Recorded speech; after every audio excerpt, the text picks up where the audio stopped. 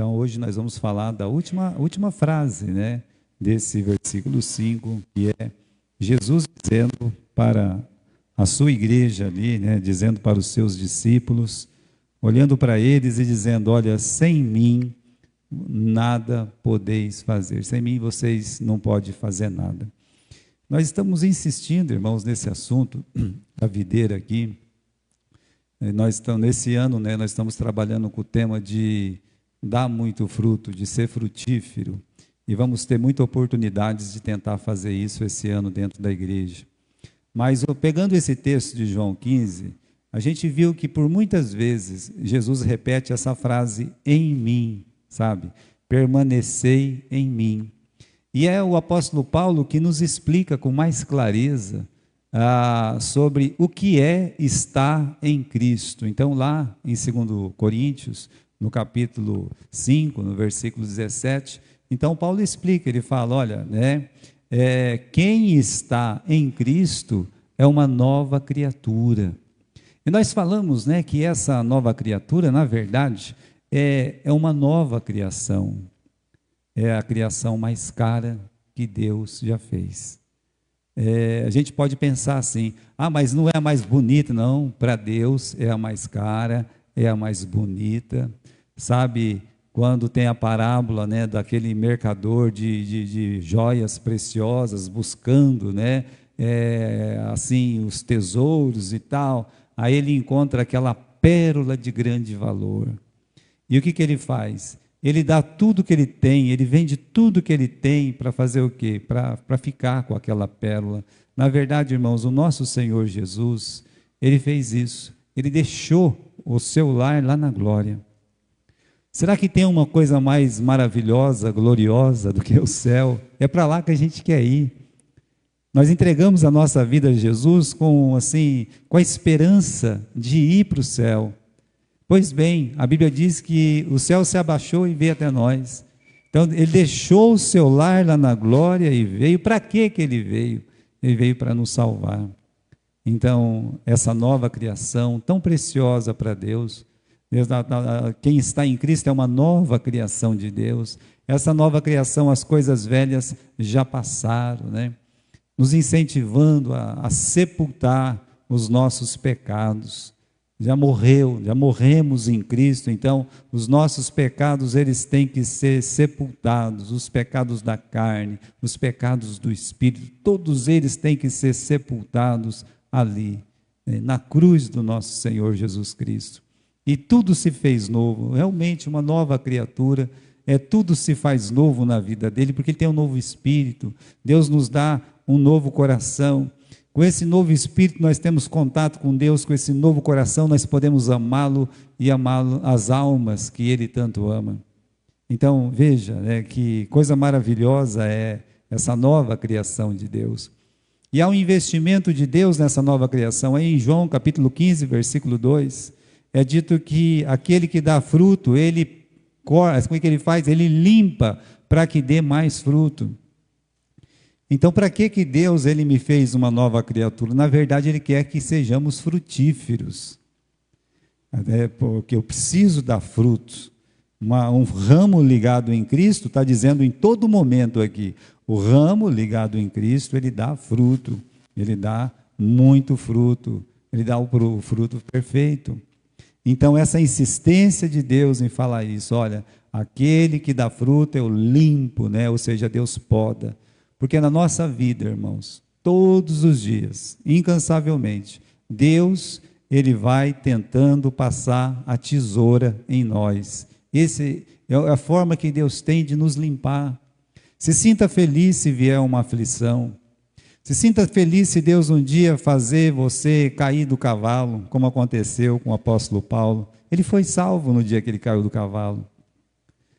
Mas se é um crente, o apóstolo Paulo, né, eu estou orando aqui para Deus, né, me livrar e ele fica falando, né, que a minha força vai se aperfeiçoar na sua fraqueza.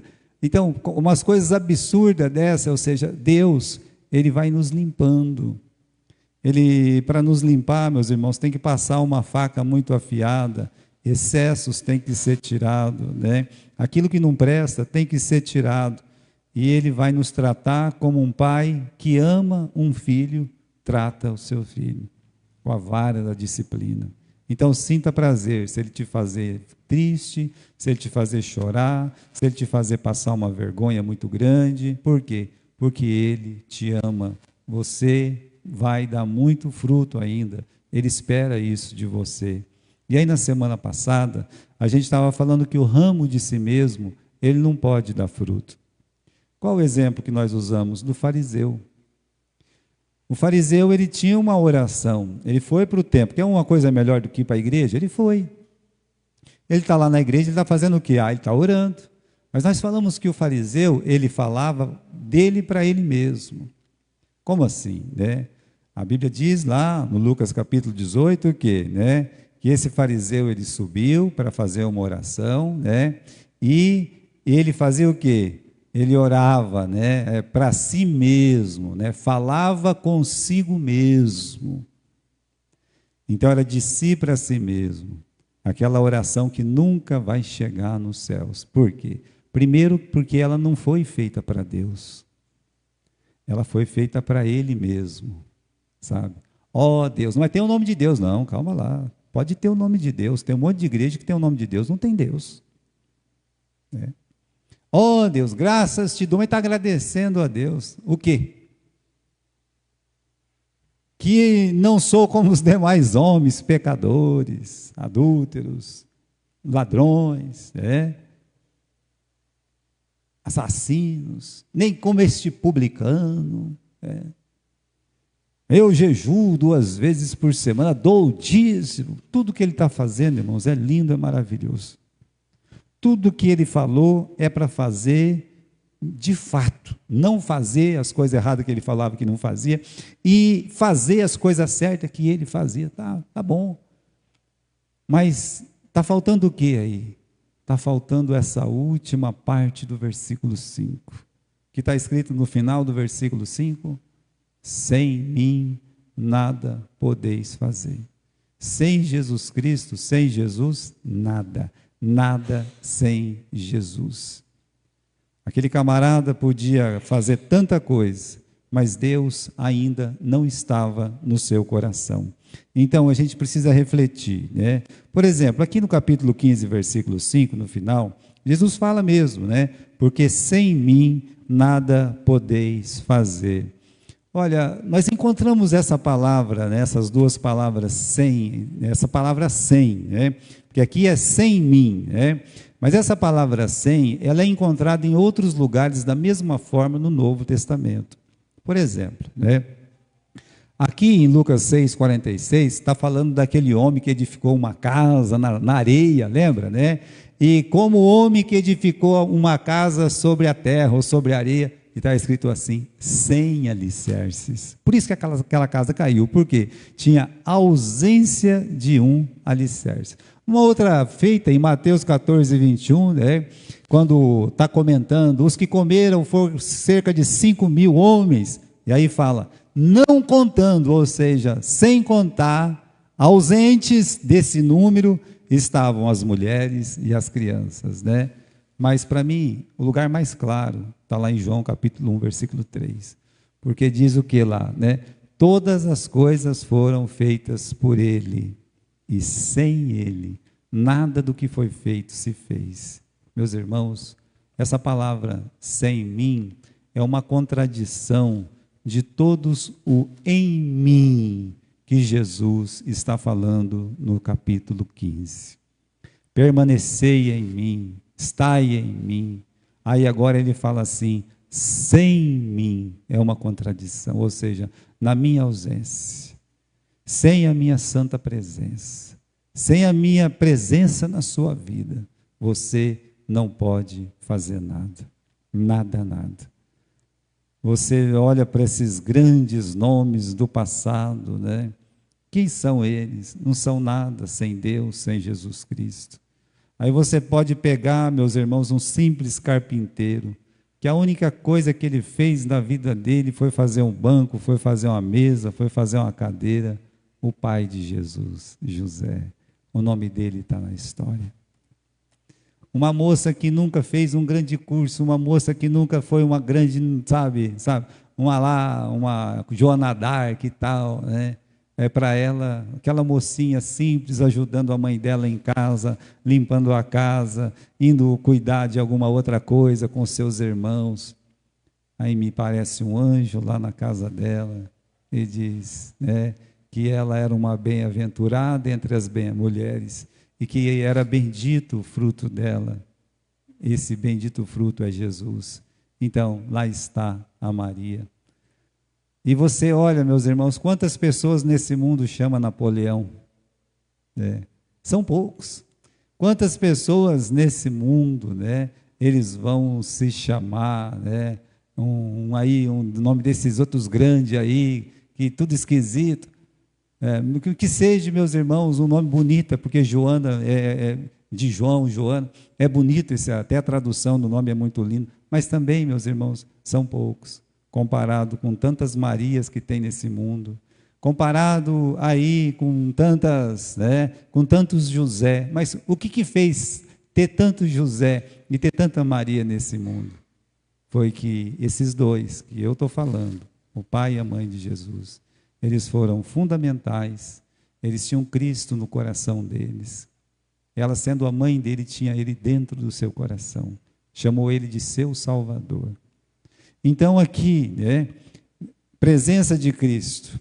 Sobre essa questão de agir sem Jesus, a gente pega o exemplo bíblico de Moisés. E aí, eu acho que o exemplo dele é muito precioso para nós aqui nessa noite. Por quê? Porque ele era um eleito de Deus. Não há dúvida que ele era um eleito de Deus. Aquela beleza que Deus colocou para que ele pudesse ser adotado pela filha de Faraó. Então Deus tinha um plano eterno na vida daquele homem que ia fazer de qualquer jeito. Por isso que é muito interessante o exemplo de Moisés. Ele, assim, sendo um eleito de Deus, ele nem sabia que ele era um eleito de Deus. Ele podia falar assim, eu sou um eleito de Deus e vou esperar em Deus o momento certo. Não foi isso que ele fez. A palavra de Deus diz que ele foi criado pela filha de Faraó naquele palácio, e tinha uma palavra muito importante sobre ele, que esse homem foi um homem poderoso em palavras e em obras. Um homem com 40 anos como Moisés, assim, seria como se fosse um homem de 30, 35 anos hoje, que estava estourando, né, nas atividades que ele estava fazendo, assim, sabe? É o melhor que existia no seu tempo. Então, um homem naquele que era poderoso em palavras e em obras, ele pensou, né, eu vou libertar esses meus irmãos. A Bíblia diz que com 40 anos ele falou assim, eu vou libertar os meus irmãos. A palavra de Deus diz isso aqui no livro de Atos. E ele pensou mesmo que as pessoas iam olhar para ele e dizer, o nosso libertador, né? Todos eles pensavam. Ele pensava que todos eles iam dizer isso aí. Queridos irmãos, ele estava agindo sem Deus. Quando é que ele colocou aquele joelhinho lá no chão e disse, Senhor, se eu sou um eleito seu, Senhor, um escolhido seu, me dá um sinal, ó Deus, de que o Senhor vai operar na minha vida, para que eu possa libertar esse povo daqui. Quando é que ele disse isso? Mas ele preferiu agir sem Deus, sem falar com Deus, sem orar para Deus. E é por isso que ele ficou 40 anos no estaleiro lá, até ele ter um encontro com o grande eu sou. Qual é o seu nome para que eu possa falar para os israelitas? Eu sou o que sou. E nós sabemos o grande eu sou no Novo Testamento quem é, meus irmãos? É o nosso Senhor Jesus Cristo. Quando ele teve aquele encontro, irmãos, com o grande eu sou, aquele encontro mudou completamente a sua vida. Ele volta porque quando ele quis fazer as coisas sem Deus, ele teve que fugir. Ele não conseguiu salvar sequer um israelita, ele não conseguiu salvar. Vamos dizer que ele falasse assim, né? Oba, consegui libertar uma pessoa, já está bom. Não. Nenhum ele conseguiu libertar, sendo um homem poderoso em palavras e em obras. No auge da sua força física, nenhuma pessoa foi salva por ele. Tá bom. Mas aí ele volta, só que ele volta com Deus, com a presença de Deus na sua vida, porque o grande eu sou disse para ele, o nosso Deus disse para ele, eu serei contigo. Mesma coisa que a gente está vendo, né, na vida de Josué, nos nossos estudos de Josué. Quando Deus chamou Josué, Deus disse, Josué, eu vou ser contigo da mesma forma que eu fui com meu servo Moisés. Então agora ele está aqui, meus irmãos, ele está com Deus. Mas ele já está bem velho, né? Com 80 anos, já não é. Pois é, mas ele está com Deus. As grandes obras que foram feitas, meus irmãos, como fala no final da sua vida, maravilhas que não vão ser repetidas por homem nenhum desse mundo, foram feitas por esse homem que estava com Deus. Mas tem um episódio muito interessante. O episódio de quando teve a construção do bezerro de ouro. E Deus ficou triste, Deus ficou aborrecido, né? O Espírito Santo ali, ele ficou chateado. Então você vê que Deus disse assim, olha, eu vou mandar um anjo subir com vocês. Eu vou mandar um anjo subir com vocês. Ah, tá bom, né? Para muita gente tá bom. Ah, um anjo vai no lugar de Deus para a gente. Ah, legal que um anjo vai. Eu estou precisando mesmo do anjo da guarda. Então, obrigado, ó Deus, que um anjo vai comigo. Olha, eu te louvo, né? Qual foi a resposta de Moisés? Quando ele ouviu que Deus não subiria mais com eles. Está aqui em Êxodo capítulo 33, versículo 15. Quando ele descobriu essa tragédia, ele disse assim, se a tua presença não for conosco, não for comigo, olha, não nos faça sair deste lugar. Nos deixa nesse deserto até morrer, se a tua presença não for conosco.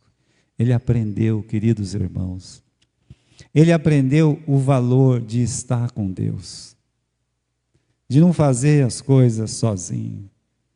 Ele não queria fazer mais nada sozinho. Da próxima vez que ele fez alguma coisa sozinho, como diz, se lascou todinho. Lembra? Foi lá, em vez de falar com a pedra, espancou a pedra. Pá, pá, né? Está pensando que eu não posso? É o eu de novo. Ai, né? Aquilo, ele não pôde entrar na terra prometida. Queridos irmãos, mas ele entendeu isso, não se revoltou. Eu digo para vocês, ele aprendeu essa lição maravilhosa de estar com Deus. E Cristo está falando aqui, olha, sem mim nada podeis fazer. Eu sei que muitas pessoas têm grandes objetivos na vida, principalmente os jovens. Ah, eu quero ser isso, eu quero ser o melhor nisso, eu quero ser o melhor naquilo, eu quero chegar em tal lugar, eu quero alcançar. Olha, deixa eu dizer, sem Jesus Cristo, essas coisas não têm valor nenhum, essas coisas não têm sentido nenhum. É uma coisa, sabe, quando você tem aquela presença de Cristo na sua vida. É claro que durante os anos, às vezes vai amolecendo, você vai para cima, você vai para baixo, mas você tem que estar consciente de que Cristo está presente na sua vida. Aí tudo tem sentido, tudo tem valor. Irmãos, eu tinha 17 anos, né, quando eu saí para fazer o seminário. Eu tinha pedido a conta no despachante que eu estava trabalhando, porque eu pensava que ia mudar em janeiro já, né, para Garça, mas eu não falei com ninguém, né? Falei nem com meu pai, não falei nem com a minha mãe, porque eles não iam entender mesmo, né? Mas eu também não falei com ninguém em Garça, né? Nem com o pastor João, nem nada. Já fazia mais de ano que eu estava recebendo, né, matérias do seminário pelo correio. E aquelas matérias que eu estava recebendo, aquilo, sabe, aquilo tocou no meu coração. Aí eu fui num acampamento e os jovens daquele ano, eles estavam fazendo algumas exposições, algumas coisas, eram assim, sabe, eu trabalhava lá, eu disse, Senhor, o Senhor está me chamando, eu vou, né? E aí o meu patrão disse para mim, não, você não vai pedir a conta, eu vou. Eu tive que trabalhar 3 meses lá depois, quase depois que eu saí de lá.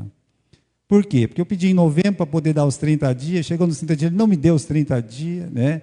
Me deu, mas ele disse, não, eu não coloquei ninguém aqui, eu ainda tive que ficar mais 30 lá para ele, depois minha mãe comprou um bar lá, eu tive que ficar eu ficava no bar com a minha mãe, ia lá para o despachante trabalhar lá, para ajudar eles, que eles queriam. Irmãos, foi uma loucura, eu sei que no mês de março, eu peguei e me mudei, assim, sabe como é que eu me mudei?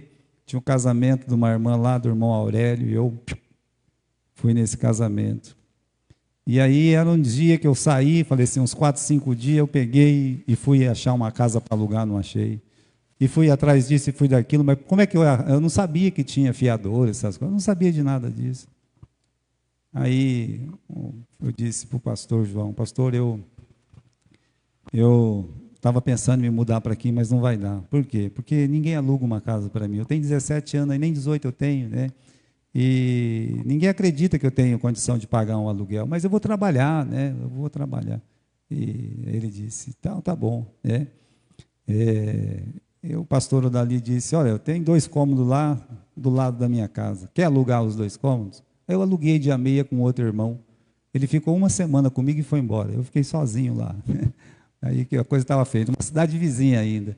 E aí uma outra coisa, irmãos, que me chamou a atenção, foi que o pastor João disse assim, você sabe fazer o quê? Eu falei assim, a minha vida inteira aqui de mocinho eu batia a máquina. Tac, tac, tac, tac.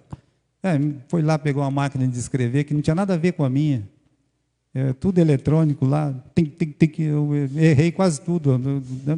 Falei, eu não sei bater nessa máquina aqui não, pastor, minha máquina é uma Olivetti, me arruma uma Olivetti aí que eu mostro para o senhor que eu sei fazer, né? Ele disse, irmão, é essa aqui que você vai trabalhar, né? Eu vou te contratar. Aí eu sabia que Deus já estava preparando tudo. Mas quando eu comecei a fazer o seminário, as pessoas falavam assim, ei, você está fazendo aonde o seminário? Ah, lá em Garça, aqui em Garça, né? Ah, é? Ah, eu nem sabia que tem um seminário aqui em Garça. É. Acontece que os meus amigos mesmo, tanto de Cornélio, quanto os meus amigos, os meus irmãos ali da igreja, eles estavam também fazendo faculdade. E às vezes, assim, você fica meio constrangido. Por quê? Porque você também tem uma idade de fazer faculdade. Você tem condições de ir lá e tentar fazer um vestibular, e fazer mas eu pensei comigo, eu não quero fazer isso, eu quero servir a Deus. Então, irmãos, eu decidi, eu olhava só para Jesus. Chegava de noite assim, sabe, eu me lembro que o pastor João começou a me convidar para jantar, muito tempo depois que eu estava lá morando com ele. Eu não tinha nada para comer, eu só comia de manhã com ele, né? Depois chegava assim, eu passava o dia inteiro com fome, porque eu tinha que pagar o aluguel, eu tinha que pagar a água, eu tinha que pagar a luz, sabe? E todo dia eu tinha que ter dinheiro para passagem, para ir de Veracruz para Garça. Eu fui gastando o que eu tinha, até que acabou tudo, né? Então eu pensava, eu não estava desse jeito. Ele viu aquela situação, e aí acho que ele teve misericórdia, né? Percebeu, nunca falei nada, e ele também, assim.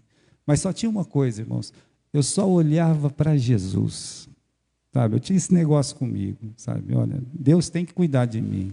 Deus, Ele vai cuidar de mim. E sempre cuidou. Se eu estou aqui hoje, meus irmãos, é porque quando eu estava em Ourinhos, eu disse, meu Deus, eu não vou ficar nessa igreja. Essa igreja não trabalha com crianças, é uma boa igreja, mas não trabalha com crianças. Eu vou embora. E eu disse que ia embora e fui embora. Só que eu nem sabia que ia ser chamado para cá. Na noite que eu disse eu vou embora, para os irmãos ali, 7 horas da manhã o pastor Odali me ligou. Ô pastor, você não quer vir embora aqui para Marília de volta? Eu falei, não acredito que eu estou ouvindo isso. Por quê? Porque ontem eu acabei de dizer que eu não vou ficar mais na igreja. E eu com 2 crianças pequenas, como é que eu ia pagar o aluguel e um monte de coisa? Então veja como Deus me direcionou, me colocou aqui. Então, Cristo me colocou aqui. Aqui estou por isso. Pode ser que em pouco tempo Deus não queira mais isso. Pode ser que Deus olhe e diz assim, Gilberto, agora você vai seguir um outro caminho. E eu vou saber que eu vou estar com Jesus, com a presença de Cristo. Sem mim, nada podeis fazer. A coisa mais importante da nossa vida é essa consciência de que nós estamos em Cristo e que sem Jesus Cristo a gente não pode fazer nada. E quantas coisas maravilhosas Deus tem feito, né? Deus tem feito, Deus faz muitas coisas maravilhosas na igreja. Meus irmãos, olha, eu estava vendo tanta coisa que a gente já ganhou para uma Páscoa que a gente quer trazer os meninos. Um telefonema. Veio hoje de manhã um irmão, acabou o culto, olhou e disse, pastor, eu escutei o senhor falar da Páscoa. Eu quero doar R$ 1.000, pastor, para essa Páscoa. Eu olhei assim. Eu pensei, na mesma hora que ele estava falando assim, meu Deus, muito obrigado, porque o Senhor tem sempre confirmado aquilo que a gente tem feito para o Senhor, que a igreja tem feito. Queridos irmãos, olha essa palavra de Jesus: sem mim nada podeis fazer. Tem muitas pessoas, né, que, como Moisés, ainda não tiraram o sapatinho deles lá, né? A sandália está nos pés ainda, está dançando no sapatinho deles, achando que pode fazer alguma coisa sem Jesus. Tem gente fora da igreja pensando isso. Seja um fariseu, como nós citamos a semana passada, mas eu fico pensando no caso de Cornélio, sabe? Porque nós estamos falando de uma alma boa. É um camarada que dava esmola, que fazia oração, que ajudava as outras pessoas. E mesmo fazendo esmola, fazendo oração e ajudando outras pessoas, estava indo para o inferno. Por quê? Porque não tinha Jesus. Aí o que Deus fez? Deus pegou ele e falou assim: Cornélio, olha, suas esmolas estão chegando aqui. Eu estou vendo o que Deus está, estou vendo o que você está fazendo, mas não é suficiente. Chama o Pedro lá, Cornélio, vai lá chamar o Pedro. Ele vai falar alguma coisa para você. Imediatamente Deus foi lá e falou assim: Pedro, vai passar aqui 2 homens, e você vai segui-los, porque você tem que pregar o evangelho lá para o Cornélio. E quando o Cornélio chega lá, meus irmãos, qual que é o assunto? Jesus. Ele fala de Jesus. Ele leva as pessoas a entender que só Jesus Cristo salva. Então tem muita gente fora da igreja que ainda não entendeu que ele vai fazer um monte de coisa e não tem valor, porque não tem Cristo. E tem muita gente dentro da igreja que faz muita coisa, mas também não tem Cristo. Mas estou na igreja, mas não tem valor, porque Cristo não está morando naquele coração. Não se converteu ainda. Em 94, poucos meses antes de eu casar, a gente foi lá para São Paulo. Nós tivemos um curso de evangelismo explosivo. E tinha grupos, eram muitas pessoas, tinham grupos. Eu fiquei num grupo que tinha um pastor luterano, um pastor pentecostal lá, que eu amei ele, meu Deus. Quando ele foi embora, ele foi chorando de um lado, eu fui chorando do outro. Foi um companheiro maravilhoso. E mais um pastor lá, que era da convenção. Era 4 cada grupo. E a gente tinha que falar, cada um ia falar como você se converteu. Como você se converteu, Mas antes disso, eu tinha que, eles fizeram a pergunta: olha, quantos membros tem na sua igreja? Aí um falava assim, 300 e pouco, 400 e pouco, isso que dá, Aí chegou minha vez, Tinha 17 pessoas na minha igreja, batizado, eu registrava tudo lá, Tá a cabecinha baixa assim, esperando a minha vez, uma vergonha, sabe? Aí, e as 4 estavam juntos lá. Chegou a vez do nosso irmão lá, ele é luterano.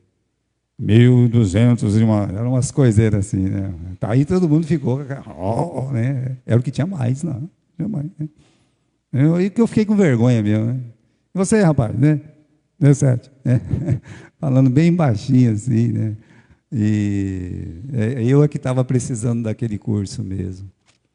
Irmãos, depois os grupos se dividiram, cada um contar a experiência religiosa dele. Eu falei como eu me converti, O outro falou também, pentecostal deu uns gritos lá, falou também. Mas quando chegou a vez dele, ele disse assim: eu nasci na igreja. Ele era altão, sabe, tinha uma barbona bem feita, precisa de ver que sujeito mais bem alinhado. Eu já nasci na igreja, meus pais eram da igreja, meus avós eram da igreja.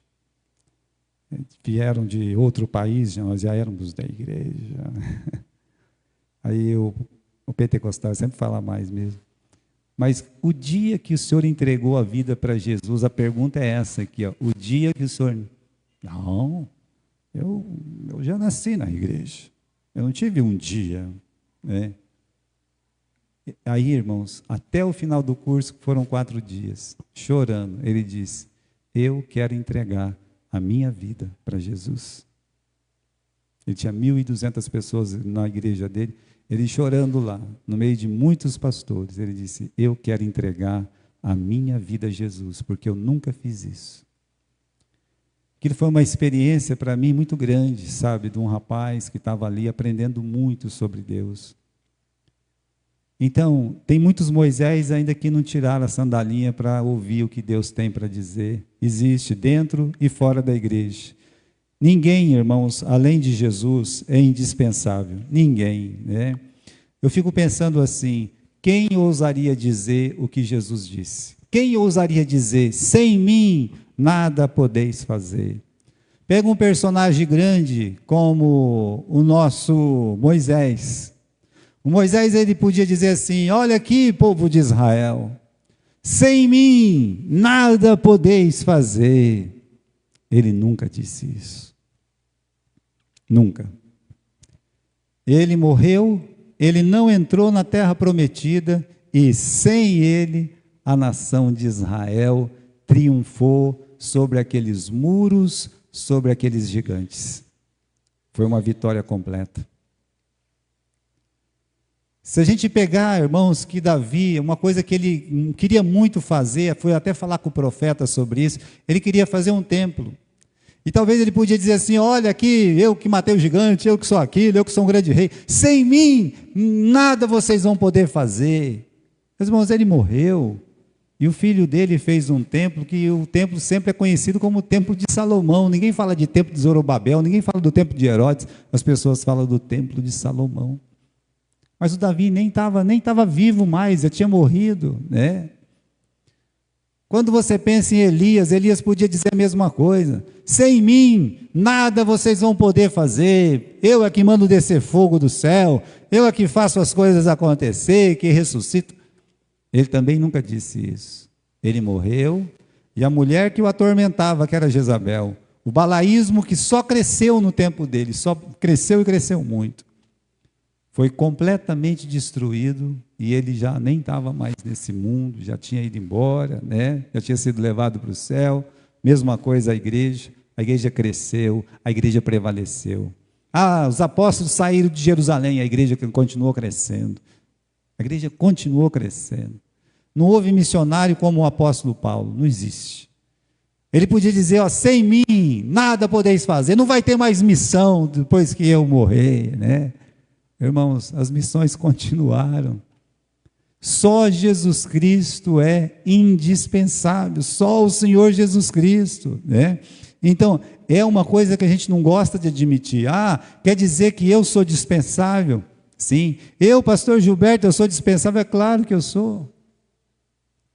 Irmão, se amanhã eu não estiver aqui, outro irmão vai estar aqui, o pastor vai estar aqui, vai ter outras pessoas aqui. Por quê? Porque ninguém é indispensável. A gente não gosta de ouvir isso. A gente não gosta, né? Quer dizer então que eu não tenho valor nenhum. Não, a questão não é uma questão de valores. É uma questão que não existe ninguém que seja indispensável. Indispensável é só Jesus. Só Ele pode dizer, sem mim nada podeis fazer. A igreja nossa sempre teve uma obra missionária boa, de sustentar os trabalhos missionários e igrejas, como nós temos o nosso culto de missão. E desde que a maioria das pessoas, meus irmãos, foram embora, a igreja continua sustentando missões, sustentando os trabalhos, ajudando, cooperando, da mesma forma que sempre fez. Por quê? Porque não é um trabalho de uma pessoa, é o trabalho de uma igreja que acredita em Jesus. Eu acredito que, comigo ou semigo, a igreja tendo esse propósito missionário, ela vai continuar fazendo o grande trabalho. Olha, nós temos aqui, né, falando que o único indispensável é Jesus.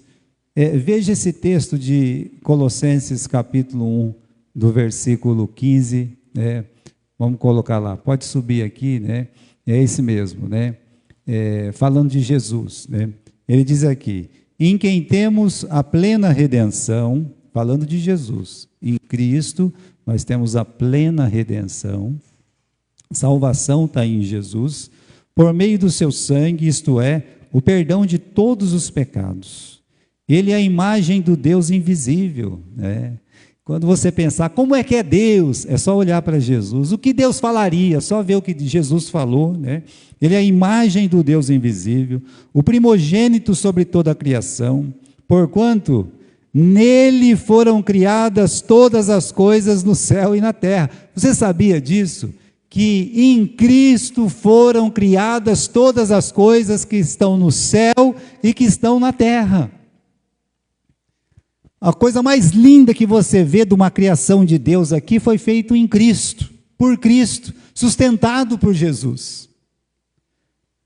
As coisas mais lindas que nós vamos encontrar no céu, quando para lá, meus irmãos, a gente ser levado, também foram criadas em Cristo, por Cristo e para Cristo, sustentados pelo Senhor Jesus Cristo. É o que ele está dizendo aqui, olha, vamos ler. Porque nele foram criadas todas as coisas nos céus, na terra, as visíveis, as invisíveis, sejam tronos, dominações, sejam governos, sejam poderes, tudo foi criado em Cristo, para Cristo. Então, continuando, tudo foi criado por ele e para ele. Ele existe antes de tudo que há, e nele todas as coisas subsistem, né? Todas as coisas existem, subsistem em Cristo Jesus. É por isso que Ele é o que Ele é. Ele é tudo. Ele é a cabeça do corpo que é a igreja. Ele é o princípio, o primogênito dentre os mortos, a fim de que em absolutamente tudo Ele tenha a supremacia. Porquanto foi do agrado de Deus que nele habitasse toda a plenitude, e por meio dele reconciliasse consigo todas as coisas, tanto as que estão na terra, quanto as que estão no céu, estabelecendo a paz pelo seu sangue vertido na cruz. Esse texto é muito lindo, é maravilhoso esse texto, quando fala de Jesus, como ele engrandece Jesus. Meus irmãos, a vida espiritual depende de Jesus.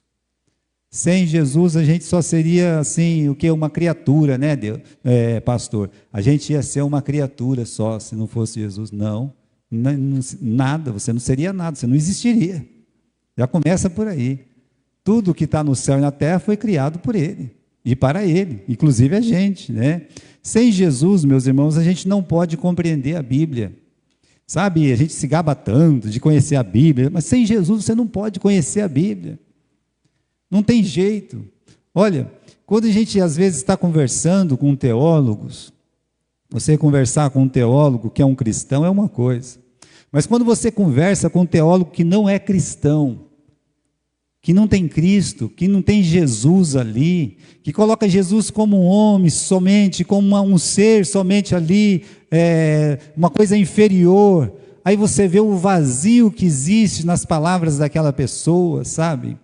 Você pensar assim, tem a teologia judaica. A teologia judaica não é uma teologia cristã. Por quê? Porque não tem Cristo. Não é uma teologia verdadeira. Porque para ser verdadeira tem que ser um todo. E o todo inclui Jesus.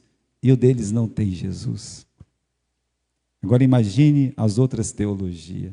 Você pensar, meus irmãos, que sem Jesus a gente não pode compreender a palavra de Deus. Quando você abre a Bíblia no Novo Testamento, abre a Bíblia no Novo Testamento, abre em Mateus capítulo 1, versículo 1, o que você lê lá? Quando você abre em Mateus capítulo 1, versículo 1, qual que é o versículo? Estas são as gerações do nosso Senhor Jesus Cristo. Começa com quem? Começa com Jesus.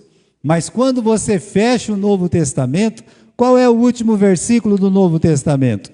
Aí você vai ver assim, que fala de quem?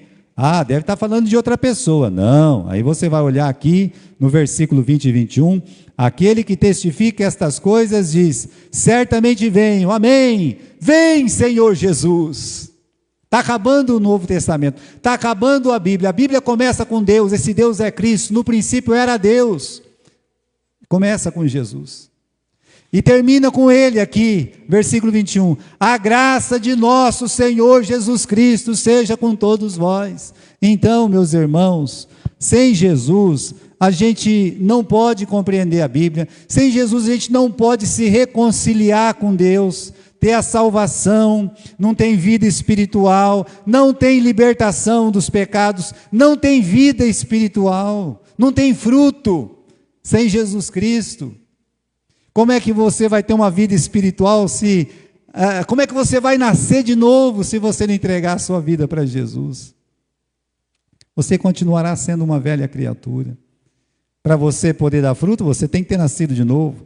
Para você poder se libertar dos seus pecados, você tem que nascer de novo. E para nascer de novo, meus irmãos, tem que entregar a vida para Jesus. Quem tem Jesus, quem tem o Filho, tem a vida. Quem não tem o Filho, não tem a vida, não tem. Então, sem Jesus, não tem como reconciliar com Deus. Sem Jesus, o nosso culto aqui é apenas uma atividade que podia ser feita em qualquer lugar, por qualquer pessoa, não importa. Pode ser um culto cansativo, nosso culto é tão cansativo, né? Pode ser aquele culto delirante, que a pessoa já entra suada e vai cair se pingando todo, porque aquele culto, olha, sem Jesus não é nada, absolutamente, é só enfado, né? O motivo que nos traz aqui, irmãos, deve ser único, né? E suficiente, a pessoa de Cristo, como está lá, né? Dele e por ele são todas as coisas. Quando eu venho para o culto, eu venho para servir a Deus. Chegar e poder, muito jovem ainda, né? Porque eu assumi a igreja de Galha com 19 anos, e no culto da escola dominical até que tinha um pouco mais de gente, mas no culto à noite, meus irmãos, no domingo à noite, para ter 7, 8 pessoas era muita gente, era uma multidão. Oxe, quando conseguia juntar 10, não era fácil, nos primeiros dias que eu estava lá. Logo que eu assumi a igreja ainda teve uma divisão, né? Porque alguns saíram da igreja, e aí os pouquinhos que ficou, né? Estava lá. Digo para vocês, irmãos, eu preparava a mensagem naquele tempo, eu achava assim, né? Que tinha 1 milhão de pessoas, eu pensava que eu ia pregar para tanta gente lá, chegar lá tinha 7, mas aquilo me animava tanto, sabe? Aquilo me animava, que até um irmão falou assim, mas o senhor está pregando muito, menino, né? Porque eu era menino ainda, né? Não pode ficar 1h30 falando, ele falou para mim. Pensei, puxa vida, né? Acho que eu tenho que falar menos mesmo, né? E comecei a me calcular e pensar, talvez eu estou enfadando muito mesmo. Queridos irmãos, quando a gente faz para Jesus, não importa a quantidade, porque nós estamos fazendo para Jesus. Olha, sem Jesus, as grandes realizações deste mundo são apenas grandes realizações. Nós vamos fazer uma grande conferência, pode fazer 1000. A conferência de tal, não adianta nada sem Jesus Cristo. Foi um sucesso do quê? De número financeiro? É isso? Tá, legal. E Jesus estava lá, Jesus era o alvo, Jesus estava presente naqueles corações, né? Sem Jesus, a minha melhor atividade é só enfado, né? 1 hora nesse banco pode ser 1 hora enfado da sua vida sem Jesus. Qualquer pessoa que esteja pregando aqui, pode ser eu, pode ser qualquer outra pessoa, pode ser o Billy Graham aqui. Sem Jesus Cristo vai acabar sendo um enfado. Mas quando a pessoa tem Cristo como Salvador, aí, meus irmãos, é diferente, né? Paulo podia de boa vontade gastar, se deixar gastar pelas almas, né? E ainda se gloriar nas suas fraquezas para que o poder de Cristo habitasse nele. Por que ele falou, eu me deixo gastar pelas vossas almas? Porque ele queria ficar famoso? Não. Por quê? Porque ele amava Jesus. A presença de Cristo na vida dele fazia com que ele desse tudo o que ele era e tudo o que ele tinha. Ele se gastava e ele deixava se gastar pelas almas. Então, meus irmãos, é aqui o conto daquele pequeno ramo, né? Esse conto é muito simplesinho. Aí nasceu um ramozinho lá na árvore e ele ficou tão triste, né? Por quê? Porque ele era um ramo muito curioso. Só que mirradinho, pequenininho, todo lá, né? Ele começou a olhar assim, olhou para baixo, viu aquela flor linda, maravilhosa, né? Aí olhou mais de longe assim, viu aquele cedro lindo, forte, né? Olhou um pouco mais para diante, viu uma árvore bem forte também, né? Tinha uma pessoa lá deitada na rede daquela árvore. E aí então, né, olhava para uma coisa e outra e começou a ter uma depressão lá, né? E ligado no ramo, sabe? Ligado lá na videira, né? E ele disse assim, se eu fosse uma flor, as pessoas iam gostar de mim, eu ia ser está um cheiro melhor, tá bonito, as pessoas, ia ter um prazer em mim, né? E se eu fosse fortão assim, né, que nem aquela tora lá, que as pessoas colocam lá, olha quantas redes ali e tal, né? E se fosse aquela árvore grande, que tá lá as ovelhas, tudo debaixo delas, os passarinhos estão cantando lá em cima, mas um raminho de nada, né? Não sou nada. Nunca pense isso porque você está em Jesus. Jamais pense uma coisa dessa. Aí a videira pode olhar e dizer assim, olha, você vai crescer, fique em mim, permaneça em mim, você vai crescer. E cresceu. Quando foi um belo dia, estava tão grande, tão forte aquele ramo, que veio um passarinho e começou a cantar naquele ramo. Daqui a pouco, um carneirinho começou a se coçar lá e todo lá, e agradecendo aquela sombra que aquele ramo que já era grande estava fazendo. Daqui a pouco me chega amarra uma rede nele, né? E ele está servindo de rede, está servindo de sombra, ele está servindo, as pessoas se alegram, e quando pensa que não, os frutos começam a aparecer, e as pessoas vêm e colhem os seus frutos. Porque ele permaneceu em Cristo Jesus. O que você tem que fazer é permanecer em Cristo Jesus. Às vezes a gente tem esse sentimento mesmo, sabe? Sentimento triste, não estou servindo de nada, não estou fazendo nada, não estou vendo resultado. Espere, você está em Cristo, então espere. Se você está em Cristo, espere, tá? Porque Deus faz a sua obra. E o quanto é possível fazer quando nós estamos em Cristo, né? O quanto é possível. Quanto Deus já fez em você. Pense que Deus salvou a sua vida. Nós temos uma alegria, uma paz, um amor, que o mundo não pode tirar isso de nós. Pode tirar tudo, mas não pode tirar essas coisas de nós. Você foi liberto de pecados. Quantas pessoas podem dizer assim, olha a minha vida lá atrás. Irmãos, eu não consigo enxergar, não consigo ver que uma pessoa que está na igreja, está servindo a Deus com a família dela vai para trás. Eu não consigo enxergar isso, porque até hoje não vi. Dos que foram, dos que estão, eu vejo bênção de Deus. Eu vejo as famílias sendo abençoadas. Você pode falar assim, pastor, de quando nós estamos aqui juntos, daqui desde 2002, nossa vida melhorou ou piorou? Eu digo, melhorou muito, em todos os sentidos. Nossos filhos estão abençoados por Deus. Eles estão abençoados por Deus. E Deus vai continuar abençoando. Acredite, Ele está fazendo a obra. Então, quanto é possível Deus ter feito e tem feito em nós mesmos, né? Quanto poder nos é otorgado? Como assim, pastor? Deus nos dá poder por estar nele? Dá. O apóstolo Pedro e João estão passando lá perto do templo para orar. Tem um mendigo lá, o mendigo é paralítico, pede dinheiro para eles, eles não têm dinheiro, coitado, pobre, né? E aí olha para o mendigo, olha para aquele paralítico, que é um mendigo, e diz, olha, eu não tenho dinheiro não, eu não tenho prata, nem tenho ouro, mas o que eu tenho eu te dou. Em nome de Jesus, levanta e anda. Há poder em nós, irmãos, que vem de Jesus. Há poder em nós. Eu fiquei impressionado de estar na reunião com os jovens que foram para o acampamento de Varpa. Eu comecei a ouvi-los e hoje eu confirmei pela Julinha, que era que não estava na reunião, porque não podia estar.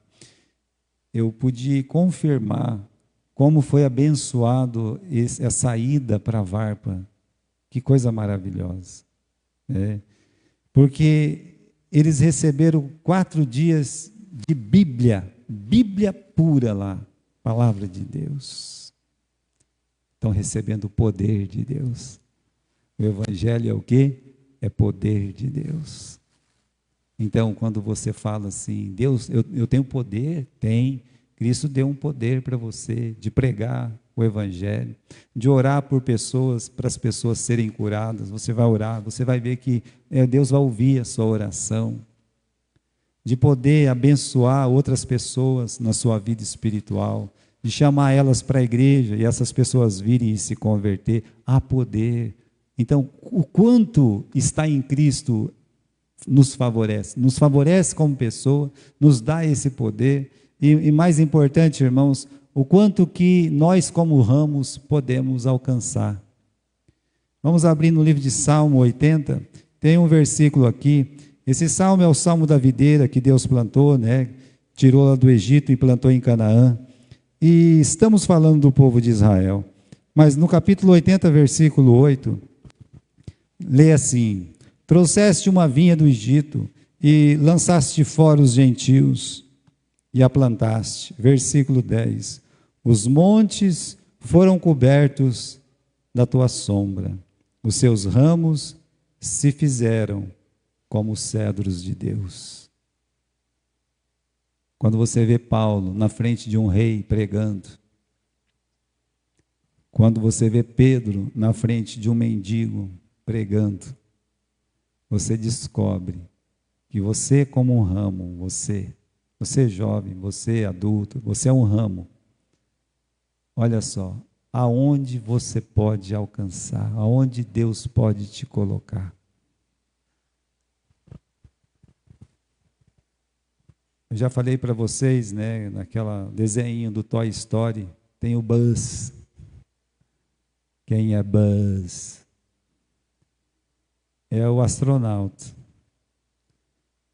Ele disse que ele fez um acordo com o pastor dele. E quando eles chegassem lá na Lua, eles iam tomar ceia, porque na igreja deles pode tomar ceia de longe. Ele disse: pastor, o senhor vai estar tomando aqui, e eu vou estar tomando lá. E nós vamos ler a palavra de Deus. Trataram até o lugar que eles iam ler na palavra de Deus. Aonde esses ramos podem chegar? Pode chegar no trono de um rei, como pode chegar nos becos mais horríveis que existem na face dessa terra, com a palavra de Deus. O que nós podemos fazer estando em Cristo Jesus? Deixa Jesus Cristo agir na sua vida para você ser usado por Ele. Deus, Ele quer te usar, não há dúvida disso. Como é que podemos, irmãos, nós, ramos, realizar tantas coisas? Olha, nós temos algumas coisas aqui, né? Estar ligado a Jesus pela fé. Pastor, eu já estou. Eu já entreguei. Você ainda não entregou a vida para Jesus? Entregue a sua vida para Jesus. Permanecer no amor e na palavra.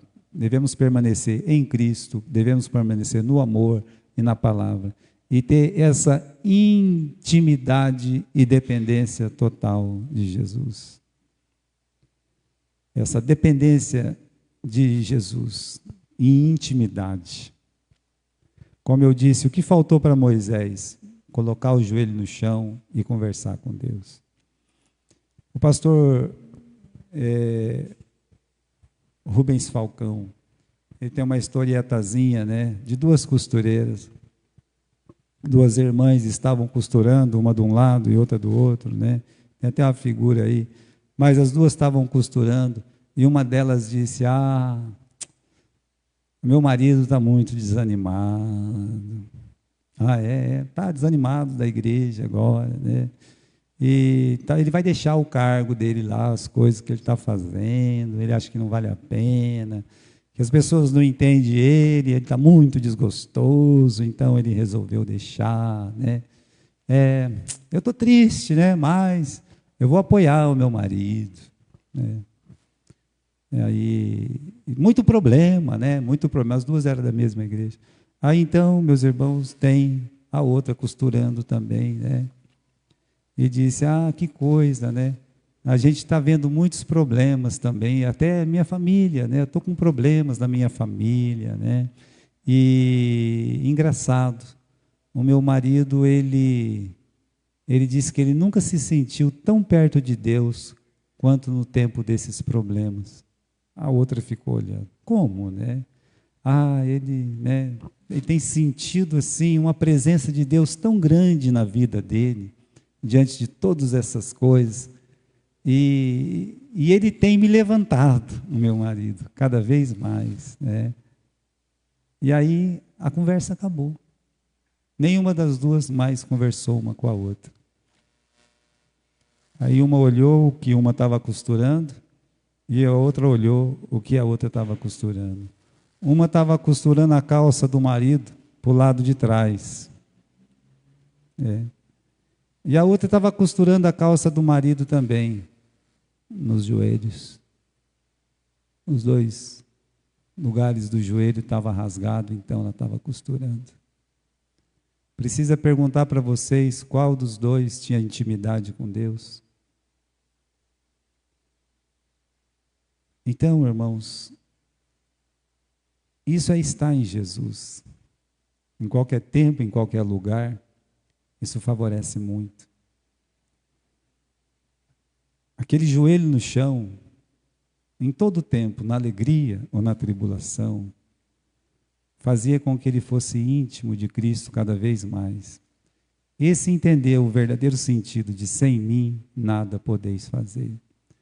Mas se nós ficarmos sentados, esperando que todas as coisas sejam resolvidas pelos outros, com sem querer fazer absolutamente nada, a não ser reclamar, é claro, nossas esposas também vão consertar o buraco que vai fazer aqui na nossa calça do lado de trás, não há dúvida disso.